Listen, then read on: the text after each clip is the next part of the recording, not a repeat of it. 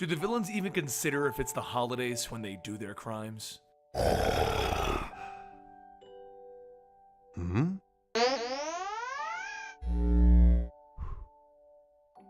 Welcome to the Complete Story Series, where I take trade paperbacks and single issues and I break them down to the digestible ways to help you understand. Then I read them dramatically back to you. All alterations in the panels, text, and images are to prevent copyright problems, and all art is owned by its respective companies.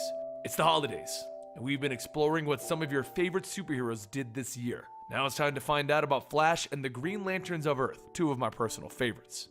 Barry Allen begins our tale on the home of a child who's currently in a foster home, and he's about to leave. Beth, the woman watching the boy, asks if he's gonna come and say goodbye to Mr. Allen. So he comes over, and he asks if Santa knows that he's here. Can he find him in his new home? Barry takes a knee, and he smiles. I was a foster kid just like you. I remember being afraid my first Christmas with my foster family. But you don't have to worry, because these days, in Central City, Santa has some very special helpers. Meanwhile, the rogues break into a bank with Captain Cold announcing, "Ho, ho, ho, Merry Christmas. I put a few million on my list to the North Pole. Don't worry, I only want 10 or 12. I'm not greedy." The teller hits the alarm and Captain Cold tells her, "The police aren't coming. Weather wizards sent in a storm to block them off. But one person can get through that snow, and his name is the Flash." Captain Cold smiles at him. "You see, Flash, I set up 12 bombs across the city. I'm sure you'll be able to stop them all, but you won't be able to do that and stop us. You have 2 minutes, so scram." And like that, the Flash is off. The rogues get their loot and they run off to their getaway vehicle, except the Flash pulled the whole engine out of it on his way out the door. Captain Cold and Heatwave fire off their guns and the Flash dodges and he pulls a man out of a truck they almost hit. Presents all then hit the pavement as the man panics, telling the Flash, "This is terrible! These presents are for the foster homes and the children there. Can you imagine how bad Christmas is already going to be for them? And now they won't have their presents?" The Flash thinks back to his own childhood. "Yeah, I can." Captain Cold steps forward. "Flash, can you get these to where they need to be in time?" "Yeah. Having a bad holiday can mess a kid up for a pretty long time." "I know. I don't want that on my conscience." And then Captain Cold throws down the duffel with the money. "There, we didn't steal anything. We'll lay low until New Year's. You make sure these kids are taken care of." Trickster wants to know what Cold is doing, but Heatwave tells him, "Shut up."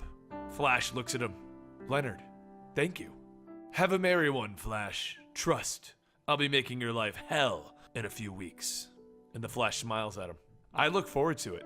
With that, a man in a red suit moved at lightning speeds to deliver the presents to all of the children. And at 1 a.m., the boy from the start of our tale, Malcolm, he was woken up by a whoosh. He walks downstairs to see the Flash putting the presents under his tree. He smiles at the boy, and he holds his finger over his lips. And then, as Malcolm smiles back, whoosh, the Flash is gone. Next up, we have a tale from the two Green Lanterns currently watching over Earth, Jessica Cruz and Simon Baz. This time, it's not a Christmas tale, but it's Three Kings Day on January 6th. As Jessica walks out with her family recipe, their rings both go off, telling them that they need to respond to an alien presence. They suit up and they take off into the skies, with Jessica telling her sister that Three Kings Day will just have to wait. As she soars through the sky, she tells herself to push her fears and anxieties aside, because this is her job now. She has to do it for everyone. They land in front of the three aliens, who explain that they came to Earth to judge the Earthlings, and if they pass the trials, they will give them a burden to hold. The aliens explain that they have 3 trials that they must pass: the trial of suffering, the trial of sincerity, and the trial of integrity. Simon projects a car and he sends it at the aliens, while Jessica tries to call for help, but the communications are blocked. The aliens then dissipate Simon's construct far too fast, and then they ask if they'll go through the trials and stand for Earth once again. Without any other option available to them, Jessica and Simon agree. Instantly, mist begins to swirl around them, and Jessica finds herself back alone in the apartment that she walled herself up in, while Simon finds himself back in prison. Simon gets up demanding to know what's going on, knowing that this isn't real, but Jessica begins to panic, telling herself that she can't do this again. She can't be in this room. The Ring of Voltham appears in front of her, while Simon's Green Lantern ring appears to him. The aliens ask them, "Knowing what you know now, the beings that you have fought and the battles that you have won, would you accept your rings again, dealing with that pain and fear all over?" Simon tells them as he looks at his ring, the ring isn't just pain and fear, and Jessica continues it. It's safety, protection for millions. So yes, 100 times over. Pain comes with it for us, yeah, but that's the price of hope, and we pay it every day. The aliens tell them that they have passed the first test. Now for the second test, they will be in the test of truth, and they only need one person. So who is the real Green Lantern of Sector 2814? Jessica knows what Simon will say, so she prepares herself for that crushing news. But Simon surprises her. You can't trick us by putting us against each other. There are 2 Green Lanterns for Earth, so it's both of us or none of us. Very well, the last trial is death.